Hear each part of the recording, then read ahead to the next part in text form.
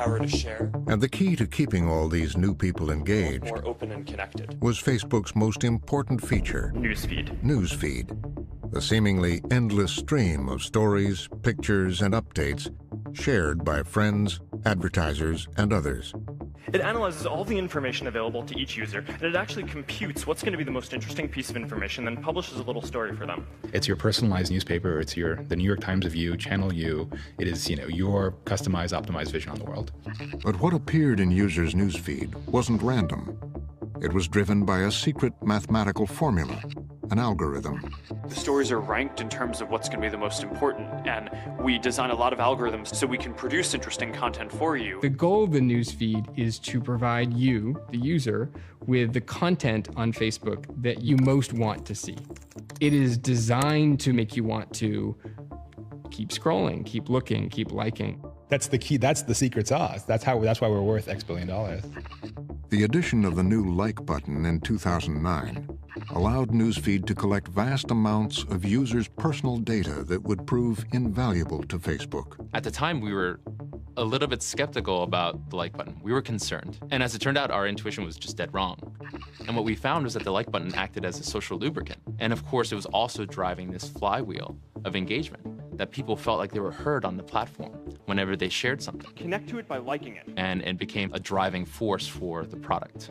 It was incredibly important because it allowed us to understand who are the people that you care more about, that cause you to react, and who are the businesses, the pages, the other interests on Facebook that are important to you. And that gave us a degree of constantly increasing understanding about people. Newsfeed got off to a bit of a rocky start, and now our users love Newsfeed. They love it. Newsfeed's exponential growth was spurred on by the fact that existing laws didn't hold internet companies liable for all the content being posted on their sites. So Section 230 of the Communications Decency Act is the provision which allows the internet economy to grow and thrive. And Facebook is one of the principal beneficiaries of this provision. It says, don't hold this internet company responsible if some idiot says something violent on the site. Don't hold the internet company responsible if somebody publishes something that creates conflict, that violates the law. It's the quintessential provision that allows them to say, don't blame us. So it was up to Facebook to make the rules. And inside the company, they made a fateful decision. We took a very libertarian perspective here. We allowed people to speak. And we said, if you're going to incite violence, that's clearly out of bounds. We're going to kick you off immediately. But we're going to allow people to go right up to the edge. And we're going to allow other people to respond. We had to set up some ground rules, basic decency, no nudity and no violent or hateful speech. And after that, we felt some reluctance to interpose our value system on this worldwide community that was growing. Was there not a concern then that it could become sort of a place of just utter confusion, that you have lies that are given the same weight as truths, and that it kind of just becomes a place where truth becomes completely obfuscated? No. We relied on what we thought were the public's common sense and common decency to police the site. That approach would soon contribute to real-world consequences, far from Silicon Valley, where Mark Zuckerberg's optimistic vision at first seemed to be playing out. The Arab Spring had come to Egypt. It took hold with the help of a Facebook page protesting abuses by the regime of Hosni Mubarak. Not that I was thinking that this Facebook page was going to be effective. I just did not want to look back and say that happened and I just didn't do anything about it. At the time, Wael Ghonim was working for Google in the Middle East. In just 3 days, over 100,000 people joined the page. Throughout the next few months, the page was growing until what happened in Tunisia. Events in Tunisia have captured the attention of viewers around the world, and a lot of it was happening online. It took just 28 days to the fall of the regime. And it just created, for me, a moment of maybe we can do this.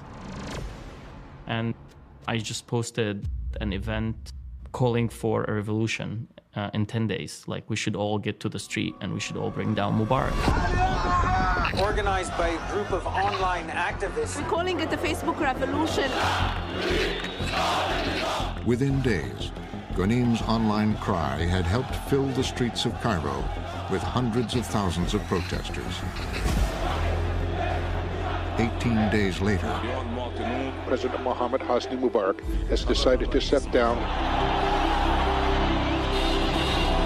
They have truly achieved the unimaginable.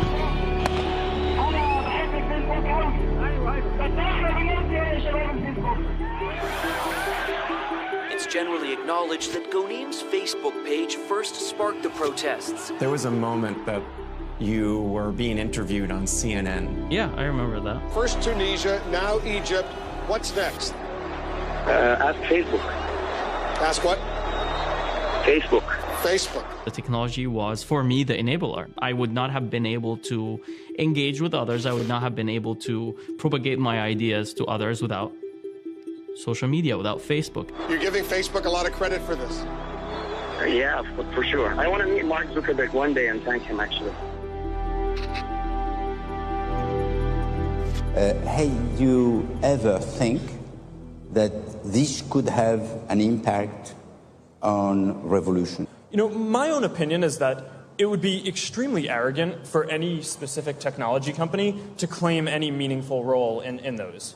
But I do think that the overall trend that's at play here, which is people being able to share what they want with the people who they want, is an extremely powerful thing, right? And we're kind of fundamentally rewiring the world from the ground up, and it starts with people. They were relatively restrained externally about taking credit for it, but internally they were, I would say, very happy to take credit for the idea that social media is being used to affect democratic change. Activists and civil society leaders would just come up to me and say, you know, wow, we couldn't have done this without you guys. Government officials, you know, would say, does Facebook really realize how much you guys are changing our societies? It felt like Facebook had extraordinary power, and power for good. But while Facebook was enjoying its moment, back in Egypt, on the ground and on Facebook, the situation was unraveling. Following the revolution, things went into a much worse direction than what we have anticipated. There's a complete split between the civil community and those who are calling for an Islamic state. What was happening in Egypt was polarization. Deadly clashes between Christians and military police. The Brotherhood cannot rule this country. And all these voices started to clash. And the environment on social media breeded that kind of clash, like that polarization, rewarded it. When the Arab Spring happened, I know that a lot of people in Silicon Valley thought our technologies helped bring freedom to people, which was true. But there's a twist to this, which is Facebook's newsfeed algorithm. If you increase the tone of your posts against your opponents, you're going to get more distribution. Because we tend to be more tribal, so if I call my opponents names, my tribe is happy and celebrating. Yes, do it, like, comment, share. So more people end up seeing it because the algorithm is gonna say, oh, okay, that's engaging content, people like it, show it to more people. There were also other groups of thugs who followed the pattern of sectarian violence. The hardest part for me was seeing the tool that brought us together, tearing us apart. These tools are just enablers for whomever. They don't separate between what's good and bad. They just look at engagement metrics. Ghoneim himself became a victim of those metrics. There was a page, it had like hundreds of thousands of followers. All what it did was creating fake statements. And I was a victim of that page.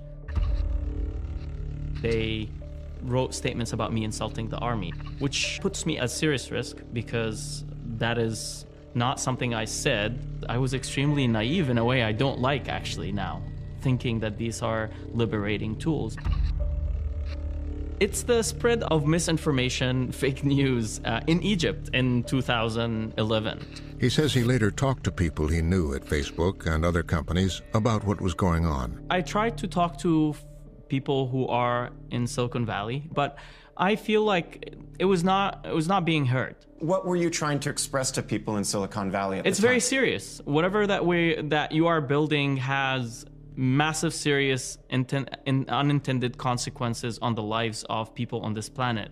And you are not investing enough in trying to make sure that what you are building does not go in the wrong way. And it's very hard to be in their position. No matter how they try and move and change things, there will be always unintended consequences. Activists in my region were on the front lines of, spotting corners of Facebook that the rest of the world, the rest of the company wasn't yet talking about. Because in a company that's built off numbers and metrics and measurements, anecdotes sometimes got lost along the way. And that was always a real challenge and always bothered me. Elizabeth Linder, Facebook's representative in the region at the time, was also hearing warnings from government officials. So many country representatives were expressing to me a huge concern about the ability of rumors to spread on Facebook and what do you do about that. How did you respond to that at the time? We didn't have a solution for it. And so the best that I could do is report back to headquarters that this is something that I was hearing on the ground. And what sort of response would you get from headquarters? It's impossible to be specific about that because it was always just kind of this is what I'm hearing, this is what's going on. But I think in a company where the people that could have actually, had an impact on making those decisions are not necessarily seen it firsthand. I think everything that happened after the Arab Spring should have been a warning sign to Facebook.